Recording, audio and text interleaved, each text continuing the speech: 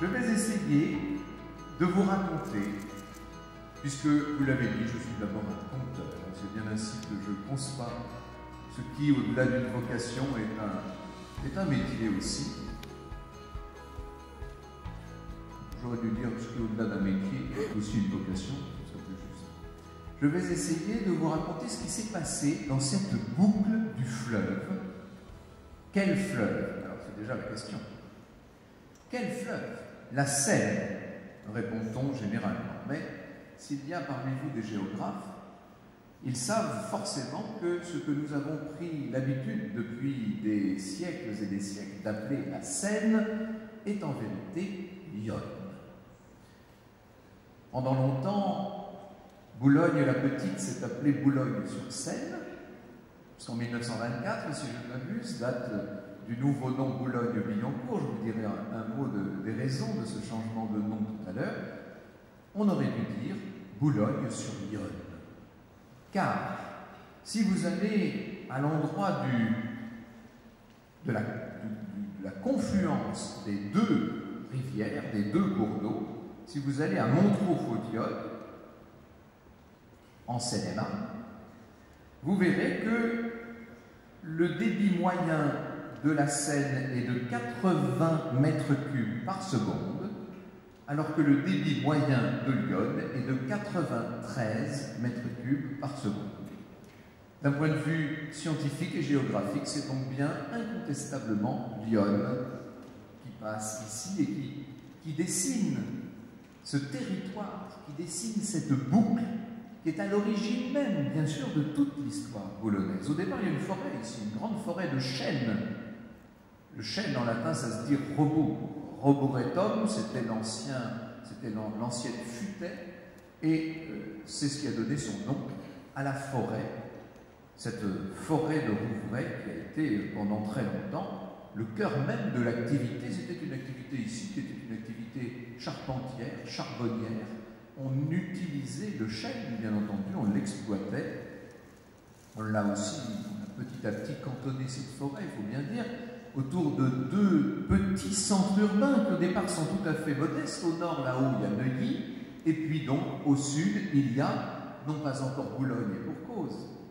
Et pour cause. À l'époque, on disait Manciliones, et on s'est mis à dire dès le XIe siècle menu, menu au pluriel. Les menus, c'était donc le nom de ce village, de ce hameau, car au départ, ce n'est jamais qu'un hameau qui se situe dans cette boucle du fleuve. Il y a alors on a déforesté, je vous le dis, la première grande déforestation, elle se fait sur toute la partie ouest de la boucle, hein, sur la rive droite de la Seine. Ça fait une très longue prairie, un très long champ, qu'on a d'ailleurs appelé tout simplement Longchamp. Le hameau, petit à petit, a gagné sur la forêt. On y a installé des prés et des pâtures, on y a installé des vignes. Ça, c'est un signe d'abord de richesse du sol et du terroir, mais c'est aussi un signe de richesse d'un point de vue économique. On y a installé des bois qui ont été exploités, c'est-à-dire que de l'ancienne futaie, on a fait des bois d'exploitation. Bref, on a dégagé dans cette région, très tôt, dès le XIe siècle, on a dégagé des revenus considérables. Et ceux qui connaissent un peu l'histoire du Moyen-Âge savent que dès qu'un groupe humain dégage quelque part sur un terroir des revenus, immédiatement il faut trouver à qui vont revenir ces bénéfices. Et généralement, c'est à un monastère. Eh bien, ça n'a pas manqué. En 1134, donc au premier tiers du XIIe siècle, le roi Louis VI, ce qu'on appelait Louis VI le Gros, va consacrer les revenus des menus à un monastère, à un couvent très important, puisque c'est l'abbaye de Montmartre. Intéressant car c'est une abbaye de dames. C'est l'abbesse de Montmartre qui va devenir la suzeraine de cette région. Louis VI le Gros, ça ne vous dit vraiment pas grand-chose, j'imagine. Louis VI le Gros, c'est le beau-père d'Aliénor d'Aquitaine. Et oui, c'est le père de Louis VII. C'est donc le beau-père d'Aliénor. Aliénor qui devient reine le surlendemain de son mariage par la grâce de la mort de ce beau-père qui se sentait déjà assez mal en 1134 lorsqu'il prend la décision concernant Menu. Il mourra au début donc de l'année 1137. ça veut dire qu'il est déjà très malade à l'époque et que s'il fait toutes ces donations à diverses abbayes, dont l'abbaye de Montmartre, c'est qu'il a bien l'intention qu'on prie pour sa santé et qu'au pire, on dise des messes pour son salut. L'abbesse de Montmartre restera la suzeraine des menus jusqu'à la Révolution française. Elle va donc jouer un rôle absolument essentiel quand je dis elle va, la fonction va jouer. Toutes les abbesses successives vont jouer un rôle essentiel dans l'histoire que je vous raconte ce soir. On appelle les menus, d'ailleurs assez tôt, dès le milieu du XIIe siècle, on dit les menus Lez-Saint-Cloud. Lez, ça veut dire près d'eux. C'est vrai qu'on est tout près de Saint-Cloud, qu'on voit juste de l'autre côté, juste de l'autre côté du fleuve. La paroisse de Saint-Cloud est sous l'égide de l'évêque de Paris. À l'époque, ce n'est pas un archevêque, c'est encore un évêque de Paris. C'est l'évêque de Paris qui donc va décider de faire construire en 1139 le fameux pont essentiel. Ce pont, il va tout changer dans la vie quotidienne des gens. 1189, ce premier pont de Saint-Cloud. À l'époque, il était en bois, il ne sera refait en pierre que bien plus tard. Je vous en dirai un mot. Et les menus se rapprochent considérablement de Saint-Cloud. C'est pour ça qu'on dit menu Lez-Saint-Cloud. Mais la paroisse, elle, reste une paroisse rattachée à Auteuil. Ce n'est pas une paroisse indépendante. En fait, il y a une petite chapelle qui est dédiée à Saint-Gemme, sur place. Et cette chapelle Saint-Gemme, elle dépend de la paroisse d'Auteuil. Alors qu'Auteuil est beaucoup plus loin que Saint-Cloud. Pourquoi? Eh bien parce que tout simplement, il n'y a pas besoin de franchir le fleuve pour aller à Auteuil. Et donc, quand vous avez besoin des sacrements, notamment pour les mourants à l'époque, vous imaginez que ça fait partie de la vie quotidienne. Quand on a besoin d'amener les derniers sacrements depuis la paroisse, il est plus facile de venir d'Auteuil que de traverser la Seine, enfin, l'Yonne, que de traverser le fleuve, que ce soit par un bac ou par toutes sortes de moyens avant la construction du fameux pont. Et même après le pont de 1189, on va continuer à rattacher le culte sur place au menu. On le rattache à la paroisse d'Auteuil. Ça va durer comme ça jusqu'en 1330.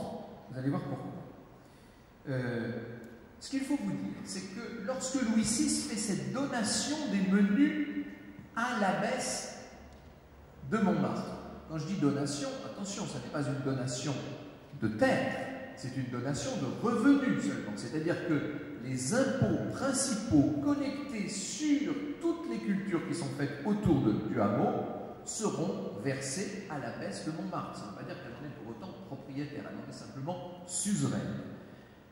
À l'époque où Louis VI fait cette donation, il ne peut pas inclure dans la donation toute la grande prairie fertile de Longchamp. Pour lui, Longchamp reste un trésor d'une certaine manière. Et c'est ce qui va permettre à Louis IX, là on est nettement plus tard, c'est ce qui va permettre à notre Saint-Louis de faire don de tout ce territoire à sa sœur. On est là en 1250, la sœur de Saint-Louis, c'est Isabelle de France. Isabelle de France est d'une piété absolument,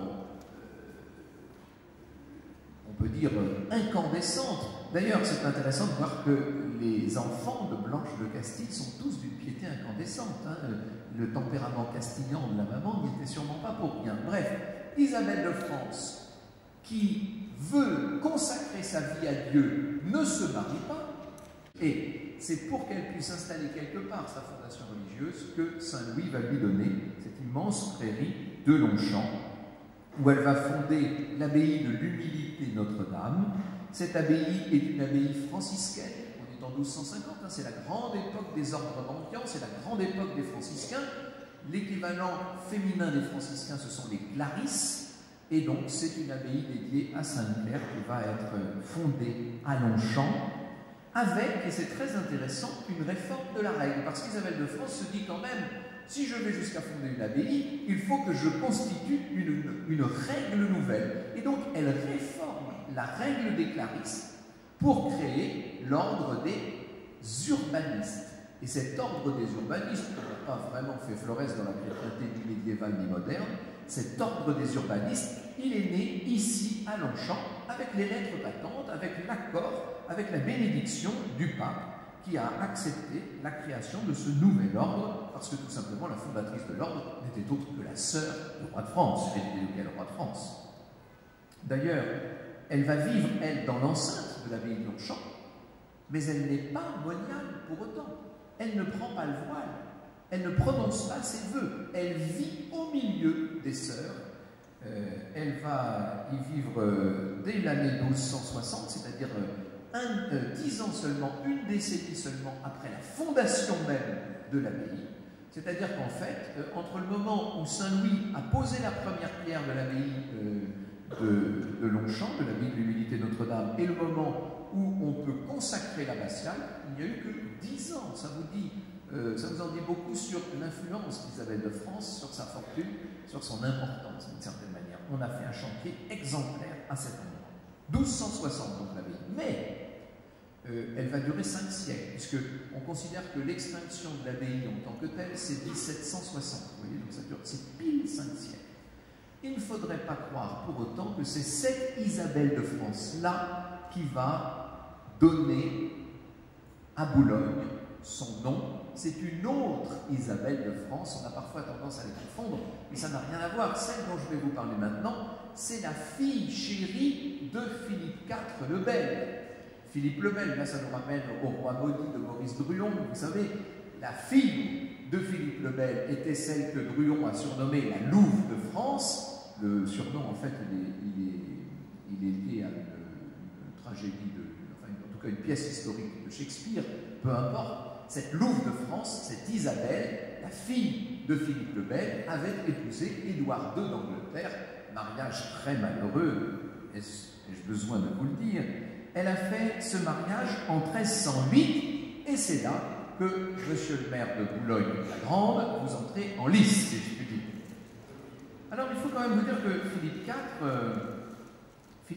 après la victoire de Mont-Saint-Pével, c'est un roi extraordinaire, Philippe IV. Il a fondé l'État, littéralement. Vous savez, c'était le roi de fer. C'est cet homme qui, notamment, a mis fin à l'ordre du Temple, bien entendu, hein, mais par une opération de police comme on n'en avait jamais vu. C'est-à-dire que le même jour, c'était le 13 octobre 1307 en l'occurrence, le même jour, à la même heure, des lieutenants de police se sont présentés dans toutes les commanderies templières du royaume de France et en même temps ont arrêté des milliers, même des dizaines de milliers de chevaliers du Temple. C'était extraordinaire cette opération. Bref, Philippe IV, au lendemain de la victoire de Mont-Saint-Pével, on est là en 1304, redescend des Flandres et tout naturellement, il passe par Boulogne. Et on lui dit qu'il y a là, quand je dis Boulogne, Boulogne-sur-Mer, là, hein, bien entendu. Et on lui dit qu'il y a une chapelle où l'on vient rendre grâce. Et lui vient de remporter une grande victoire, donc il va rendre grâce à Notre-Dame de Boulogne. Alors qui est-elle, cette Vierge boulonnaise? Qui est-elle, cette Notre-Dame de Boulogne?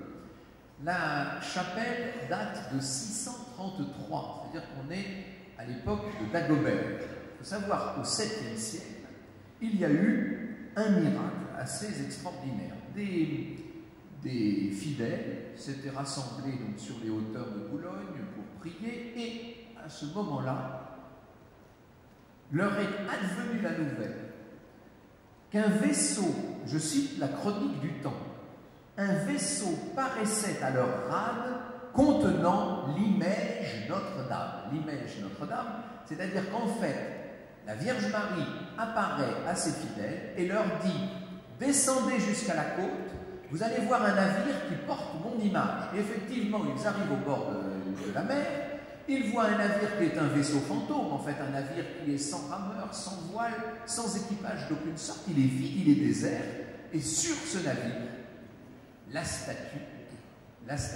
tellement vénérée de cette Vierge de Boulogne. Alors cette statue, on va construire autour d'elle donc une première chapelle dès 633, donc vous voyez que c'est un culte très ancien, et devant l'afflux de pèlerins, comme à chaque fois qu'il y a une apparition mariale, vous avez des dizaines de milliers de gens qui arrivent de partout, on va se mettre à construire des églises de plus en plus grandes, jusqu'à la basilique Notre-Dame de Boulogne, qui a été construite sur les fonds de... Alors je ne vais pas entrer dans tous les détails, mais c'est la mère de Godefroy de Bouillon qui a fait construire cette basilique. Et donc, lorsqu'en 1308, le roi Philippe IV revient, c'est la deuxième fois qu'il vient à Boulogne-sur-Mer, de nouveau, il va faire ses dévotions à la basilique Notre-Dame. Il marie sa fille Isabelle, qui donc a 12 ans, a l'héritier du trône d'Angleterre qui va devenir roi dans la foulée, et qui lui, Édouard, qui a 24 ans. Et ce mariage donne lieu à des festivités absolument extraordinaires. Ça fait partie des riches heures de Boulogne, si je puis dire. Il s'est passé là quelque chose d'extraordinaire.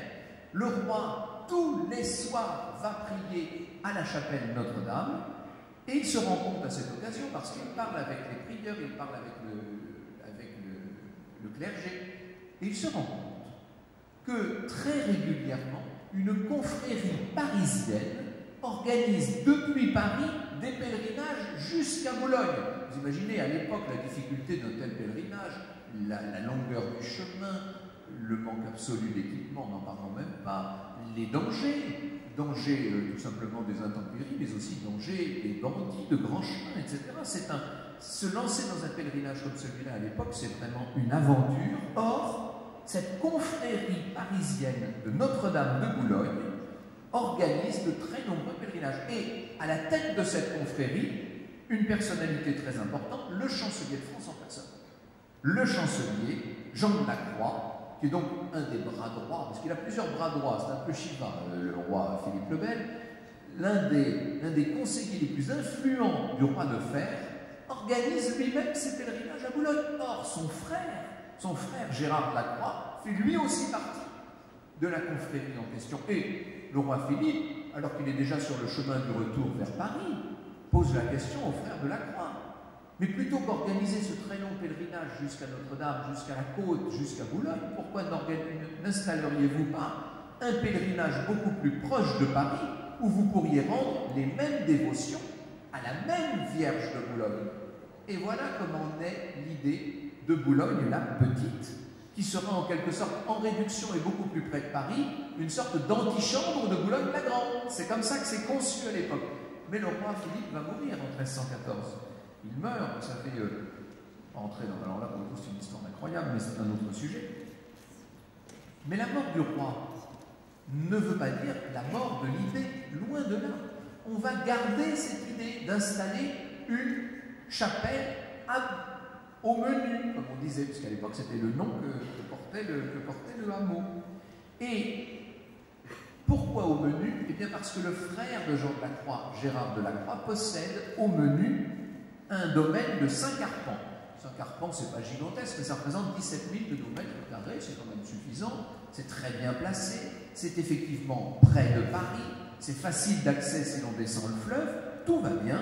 On va donc installer sur le tertre de la propriété du domaine de Gérard de la Croix, on va installer une chapelle de Menu-les-Saint-Cloud, chapelle dédiée à Notre-Dame de Boulogne. Alors pour ça, il faut quand même l'autorisation de la suzeraine. Mais la suzeraine, je vous l'ai dit, c'est l'abbesse de Montmartre. Elle va donner son autorisation avec beaucoup de bienveillance. Elle s'appelle Jeanne de Repenty, cette abbesse. Elle va faire une belle charte, magnifiquement calligraphiée, dans laquelle elle autorise les membres de la confrérie de Notre-Dame de Boulogne, la confrérie parisienne, à installer une chapelle sur ces terres du menu. Et dans la charte qu'elle va signer, elle n'appelle pas les terres en question les terres du menu, elle appelle les terres Bologna Supra Sequana. Vous verrez ça parce que la charte en question, elle est exposée en bas. Vous la verrez tout à l'heure dans l'exposition. Bologna Supra Sequana, c'est-à-dire Boulogne sur Seine. Et voilà l'origine du nom. Nous sommes en février 1319, ce qui veut dire qu'en février dernier, on a fêté les 700 ans du nom de Boulogne à moins que. Et allez, encore un petit problème. C'est un peu comme Lyon qui passe à Boulogne, ça que voulez-vous. Il se trouve qu'à l'époque, l'année commençait le 1er avril, vous savez. Ça n'est pas un poisson d'avril. D'ailleurs, c'est tellement peu un poisson d'avril que si on se fait des blagues le 1er avril, s'il y a toute cette histoire du poisson d'avril, c'est parce qu'on avait pris l'habitude, le jour du premier jour de l'année, le jour de l'an, on avait pris l'habitude de s'offrir des étrennes. Et quand on a changé la date du début de l'année, on a continué à s'offrir des étrennes le 1er avril, sauf que ça ne ressemblait plus à rien. Et au bout de quelques années, ces étrennes sont devenues un peu dérisoires, donc on s'est mis à faire des cadeaux qui étaient des blagues, qui étaient des plaisanteries. Et notamment, comme à l'époque on consommait des quantités de hareng caqué, c'est-à-dire un hareng sort qu'on faisait compresser, vous savez, dans des tonneaux, et qu'on transportait comme ça pendant des mois dans une saumure infecte. D'ailleurs, ça sentait, le moindre hareng sentait à des lieues à la ronde. Et c'est la raison pour laquelle on a pris l'habitude, pour faire des farces le jour du 1er avril, d'installer un hareng, faire un poisson dans le dos des gens. C'est l'origine du poisson d'Afrique. Bon, je ferme cette parenthèse qui n'a pas grand-chose à voir avec notre histoire, mais c'est pour vous dire qu'à l'époque, le début de l'année, c'était le 1er avril. Donc, février 1319 pour l'abbesse de Montmartre, dans notre calendrier à nous, ça veut dire février 1320. Plutôt une bonne nouvelle, monsieur le maire, ça veut dire que vous avez encore quelques mois pour célébrer les 700 ans du nom de Boulogne. C'est bien de prendre de l'avance d'une certaine manière. Et puis après tout, sur la charte, il y a bien écrit février de l'an de grâce 1319, incontestablement. La charte est donc signée par l'abbesse. La première pierre de cette nouvelle église dédiée à Notre-Dame de Boulogne, la première pierre est posée par le roi Philippe V. Je parlais des rois maudits tout à l'heure, hein. Vous savez, Louis X, le Hutin, Jean Ier, alors qu'il lui meurt au berceau, peut-être assassiné, on n'en sait rien. Il y aura Charles IV, mais en attendant, il y a Philippe V, Philippe de Poitiers. Philippe de Poitiers, qui fait partie des cocus, des fameux rois maudits, vous savez. C'est-à-dire que, avec ses deux frères, avec Louis X et avec le futur Charles IV, il n'a pas su tenir son épouse. À l'époque, c'était très mal perçu, ça. Elle faisait des calembres d'ailes dans la tour de Nesle. Vous savez, les scandales de la tour de Nesle. On a arrêté les jeunes gens qui étaient les amants des princesses, les frères d'Aunay, qu'on a suppliciés dans des conditions absolument effroyables. Quant aux princesses elles-mêmes, on les a enfermées à la forteresse des Andelys en Normandie. Ça a été affreux. La seule qui ait été un peu épargnée, qui n'a pas été enfermée aux Andelys, c'est Jeanne de Bourgogne, c'est l'épouse de Philippe de France, mais Philippe de Poitiers. Mais il a fallu pour ça qu'elle fasse un vœu. C'est de consacrer aux ordres sa première fille. Eh bien, c'est ce qui s'est passé. La première fille en question, qui s'appelait Blanche, comme sa tante d'ailleurs, est devenue abbesse de Longchamp. Donc vous voyez que Philippe V avait deux bonnes raisons de venir ici. D'une part, il venait d'installer ici une nouvelle église, l'église Notre-Dame de Boulogne, et d'autre part, sa fille vivait à Longchamp. Et d'ailleurs, lui aussi va s'installer à Longchamp. La toute petite, parce qu'elle est entrée, elle a pris le voile, elle est entrée dans les ordres à l'âge de 12 ans, une petite Blanche de France. Mais elle a vécu à l'abbaye de Longchamp de 1317 à 1358, et le roi l'a rejoint dès 1317. Il a vécu là, et c'est à l'abbaye de Longchamp qu'il est mort en 1322. Et d'ailleurs, on dit bien sur son acte de décès qu'il est mort près Boulogne-la-Petite. Vous voyez, on disait maintenant, le nom de Boulogne était entré dans les mœurs, et d'ailleurs, c'est la raison pour laquelle à l'époque, on ne parle plus de la forêt de Rouvray, on parle du bois, parce que c'est plus une forêt, c'est devenu un bois de Boulogne. L'origine même du nom du bois de Boulogne, on est là vers la fin du XIIIe, début du XIVe siècle. La ferme de Billancourt, pour descendre vraiment dans le sud de la boucle, hein, la ferme de Billancourt, elle, est toujours directement rattachée à Auteuil à l'époque. Elle le sera très longtemps, jusqu'en 1860. Alors, au moment où tout simplement Auteuil est rattaché à Paris, on ne peut quand même pas rattacher la ferme de Billancourt et toute la région de Billancourt à Paris. Et l'abbé de Saint-Germain a ordonné au curé d'Auteuil de laisser les habitants des menus se développer en paroisse autonome, moyennant le paiement d'une dîme qui était très modeste. Alors, à l'époque dont on parle, elle n'était pas tout à fait modeste, mais petit à petit, avec le temps, elle est devenue tout à fait symbolique, parce que c'était 7 livres. 7 livres tournois par an. Et ce qui est extraordinaire, c'est que jusqu'à la Révolution française, jusqu'en 1791, vous avez vu le curé de Boulogne porter chaque année ces 7 livres au bon père de Saint-Germain-l'Auxerrois, de façon régulière. Ça a été fait incontestablement. 1330, le pape, c'est Jean XXII à l'époque, c'est un pape d'Avignon, hein. Le pape Jean XXII va ordonner à l'évêque de Paris, Hugues de Besançon, d'ériger la paroisse de Boulogne-la-Petite. Donc là maintenant c'est une paroisse officielle. Vous voyez qui est Jean XXII, entre parenthèses, personnage extraordinaire, c'est Jacques Duez. Là aussi, si vous lisez les romans de Maurice Druon, si vous êtes toujours dans les rois maudits, Jacques de Hesse, ce pape complètement invraisemblable, qui était très âgé, qui voulait absolument être élu pape. Et comme on avait enfermé les cardinaux du conclave, le Sacré Collège, on l'avait enfermé avec défense de sortir tant qu'il n'aurait pas élu un pape, parce que Philippe V se disait que sinon ça pouvait durer très longtemps, eh bien, les cardinaux ont choisi le plus vieux et le plus malade. Il y en avait un qui se traînait comme ça, qui était complètement bossu, qui toussait, qui crachait ses poumons. Ils se sont dit, celui-là, on ne risque rien, on va l'élire et dans 6 mois, il est mort. Dans 6 mois, notre Seigneur leur a rappelé à lui, comme il devait dire. Eh bien, sauf que Jacques de Hesse était un excellent comédien et qu'il a régné comme pape pendant 21 ans. À la minute même où il est devenu pape, il s'est mis à aller très bien. Il a dit, c'est la grâce divine. Il a d'ailleurs fait vœu de ne plus, à partir de cette minute, de ne plus consommer que des aliments blancs. Donc il ne mangeait que du blanc de poisson, avec du lait, enfin que des choses blanches. C'est tout un drôle de bonheur. Bref, je ferme encore cette parenthèse. Pardon, j'ouvre beaucoup de parenthèses, mais vous remarquerez quand même que je prends soin de les refermer à chaque fois. Donc, la paroisse, à partir de juillet 1330, nous avons une paroisse indépendante, autonome, qui s'appelle la paroisse de Boulogne. Là, c'est incontestable. C'est la naissance, si l'on veut, de la ville de Boulogne-sur-Seine. À partir de là, vous êtes, si je puis dire, dans votre histoire. Alors, c'est une histoire qui ne va pas se faire aussi facilement que ça. Néanmoins, vous l'imaginez bien, l'église en question, elle n'est achevée qu'en 1469. C'est-à-dire qu'on a mis un siècle et demi à la construire. On se dit, mais pourquoi? Ben pourquoi? Parce que, officiellement, vous lirez ça dans toutes les histoires de Boulogne, parce que c'était la guerre de 100 ans, dit-on. Mais ce n'est pas une explication suffisante.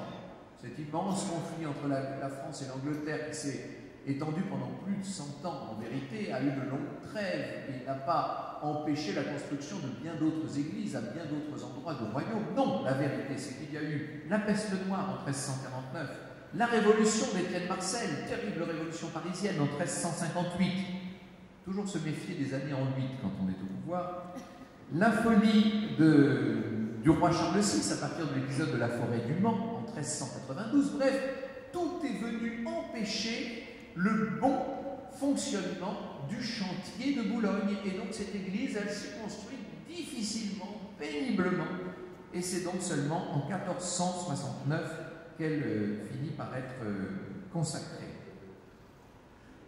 Quand même, on n'a pas attendu que l'église soit finie pour y organiser des cultes, pour organiser des pèlerinages. N'oubliez pas cette confrérie parisienne, cette confrérie de Notre-Dame de Boulogne, qui, bien contente de n'avoir plus à faire le long chemin jusqu'à la mer pour aller prier Notre-Dame, a organisé très vite des processions, des pèlerinages, et on a commencé à dire, il faut vous dire que la confrérie en question était extrêmement riche et puissante, on a commencé à dire qu'il y avait des miracles qui s'accomplissaient. Donc on a vu des gens afflués de tous les coins du royaume qui venaient non plus à Boulogne-sur-Mer, mais à Boulogne-sur-Seine pour essayer de profiter des miracles de la Vierge, avec des pèlerinages extraordinaires. C'est un petit peu, si vous voulez, Boulogne-sur-Seine est en train de devenir, en plein XIVe siècle, l'équivalent du Lourdes du 19-20e siècle. Hein, c'est un peu cette idée-là. Alors, grand pèlerinage en 1412, où l'on voit la moitié de la population parisienne qui vient pieds nus jusqu'à Boulogne faire ses dévotions. Grande procession de 1429, alors là c'est l'époque du frère cordelier Richard. 1429, c'est le moment où Jeanne d'Arc se présente à Chinon devant le dauphin Charles VII. Hein. Eh bien, au même moment, vous avez ces prédications extraordinaires qui ont fait une sorte de révolution dans Paris.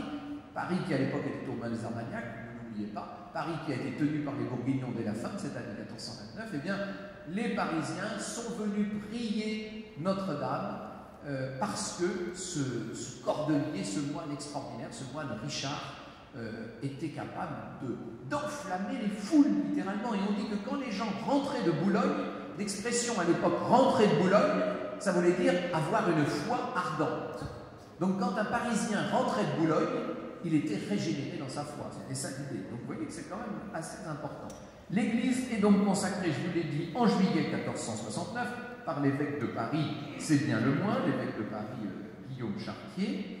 Vous verrez tout à l'heure, vous verrez la maquette qui montre les restaurations de 1860, hein, avec la construction d'un clocher beaucoup plus haut, avec la destruction également du porche. Il y avait un porche qui avait été bâti au XVIe siècle, qui devait être une merveille et qui a été détruit après la Révolution, parce qu'il était considéré par le nouvel architecte comme ne faisant pas partie en quelque sorte de l'unité de l'Église.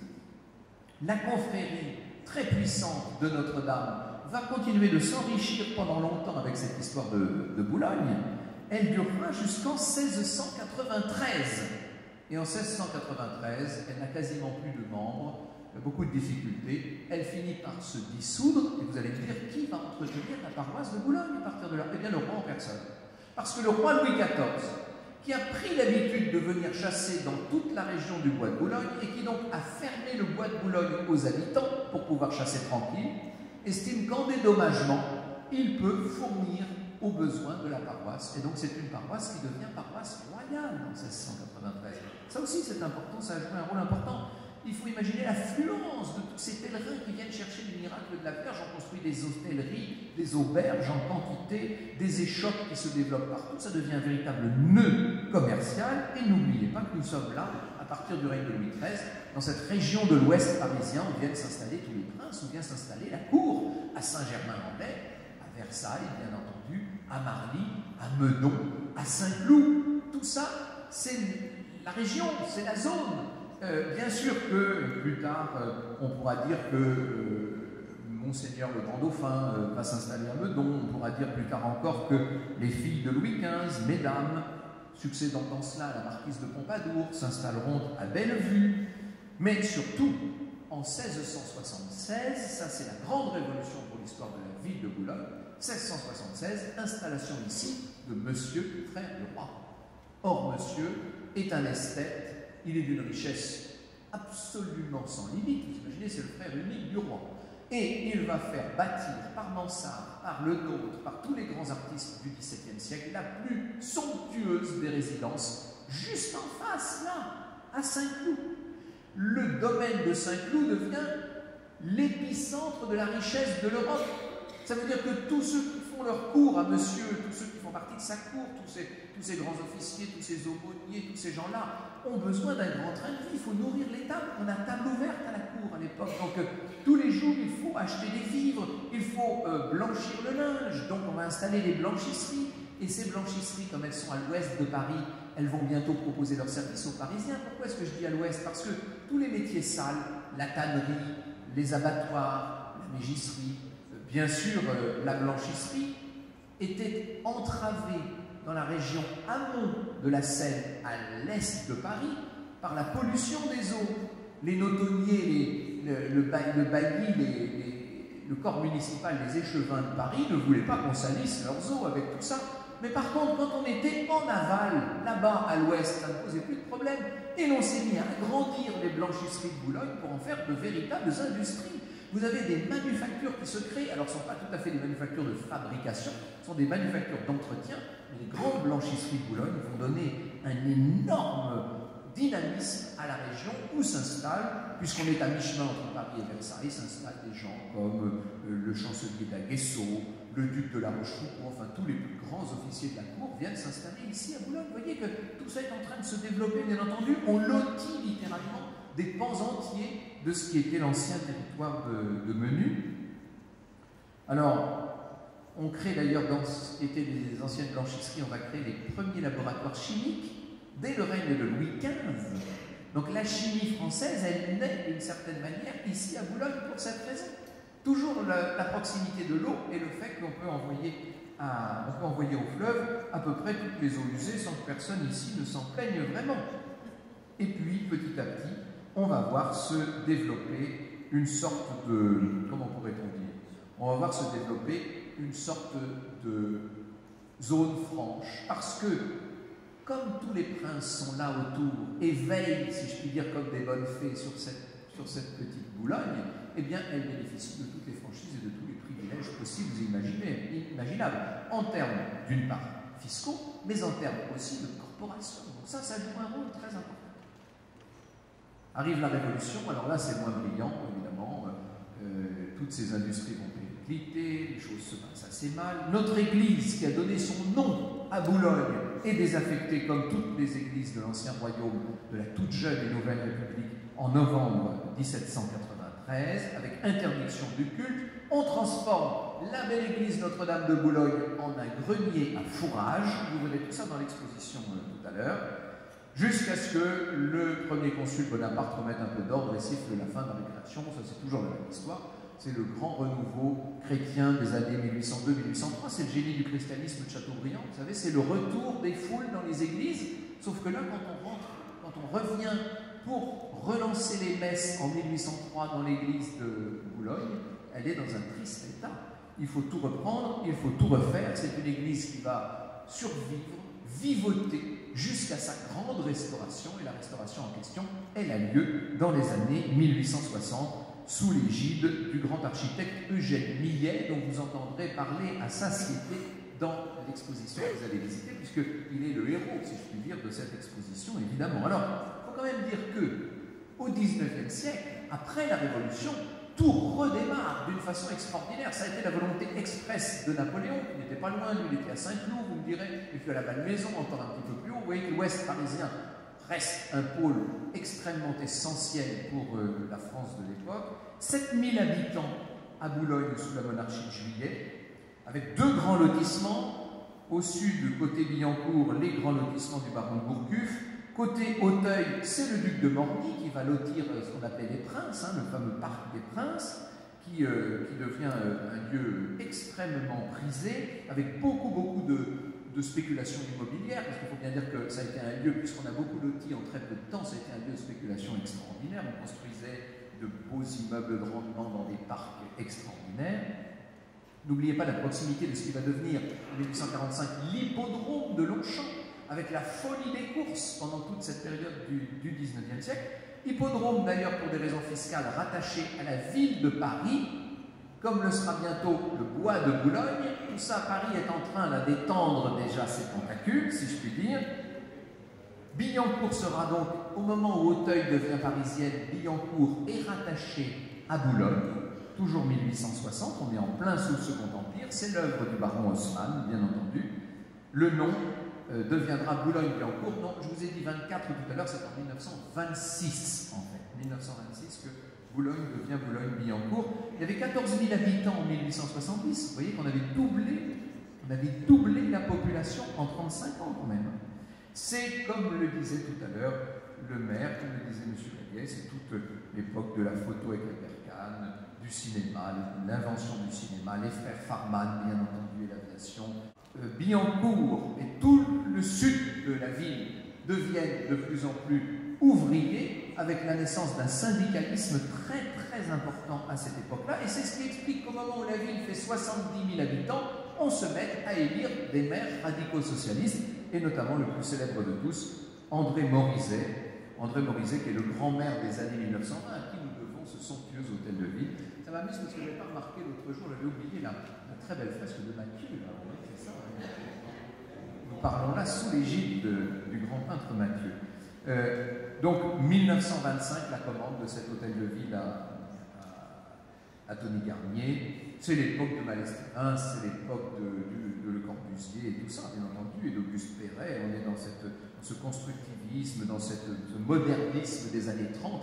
Boulogne est la ville la plus dynamique qui soit à l'époque. Elle est considérée littéralement comme le fer de lance de l'industrie, mais aussi de toutes les innovations françaises. Beaucoup d'artistes, vous l'avez dit, beaucoup d'écrivains vivent ici, etc. Les années 20 et 30 sont vraiment très fastes à Boulogne, avec la création des grands studios de Billancourt, dont on a tendance ici à parler plus volontiers que des grands studios de Boulogne, pour des raisons sur lesquelles je ne m'attendrai pas. Les grands studios de Billancourt, qui sont évidemment le Hollywood français, si l'on peut dire. Et tout ça, bien entendu, va créer une histoire magnifique, mais qui est une histoire que vous connaissez, parce qu'un certain nombre d'entre vous l'ont déjà vécue et qu'ils savent mieux que moi tout ce qui a pu se passer depuis quelques décennies, ici même, dans cette boucle de Lyon. C'est fou ce qui s'est passé, somme toute, dans cette boucle de Lyon. J'aimerais finir en disant que le point commun à tout cela, depuis le tout premier don de Louis VI à l'abbesse de Montmartre, le don de Saint-Louis de l'abbaye de Longchamp à sa sœur, l'installation par la volonté de Philippe IV, puis de Philippe V, son fils, l'installation de ce lieu de pèlerinage extraordinaire, le développement économique, touristique, si j'ose cet anachronisme, et puis assez vite, l'installation ici d'entrepreneurs extraordinaires, tout ça va dans le même sens, c'est le signe d'un grand dynamisme. Je pense qu'on a tendance à dire souvent, je me rappelle les cours de Bouvier, quand j'étais à l'EHESS, ça ne rajeunit personne, qui parlait du dynamisme de l'Ouest parisien. Ce dynamisme de l'Ouest parisien, il s'incarne littéralement ici, dans cette ville de Boulogne-Billancourt, ce qui, monsieur le maire, n'ôte rien, et monsieur le ministre, n'ôte rien, bien entendu, au dynamisme de Boulogne-sur-Mer, dont j'aurai peut-être l'occasion de vous parler une autre fois. Ça nous entraînera sur d'autres sentiers, quoique. Je voulais vous signaler par ailleurs qu'après-demain, jeudi, donc le 28 mars, jeudi matin, à 9 h du matin, sur les ondes de Radio Classique, dont vous connaissez forcément la fréquence 101.1, entre Guillaume Durand et Christian Morin, nous raconterons toute cette histoire de Boulogne. Je parlerai des 700 ans de Boulogne et ce sera rediffusé à 14 h. Maintenant, si vous êtes d'accord, le moment est venu de visiter l'exposition et d'avoir 3 dimensions, ce qui, avec moi, n'en avait que 2 et même peut-être qu'une à la vérité. Merci beaucoup.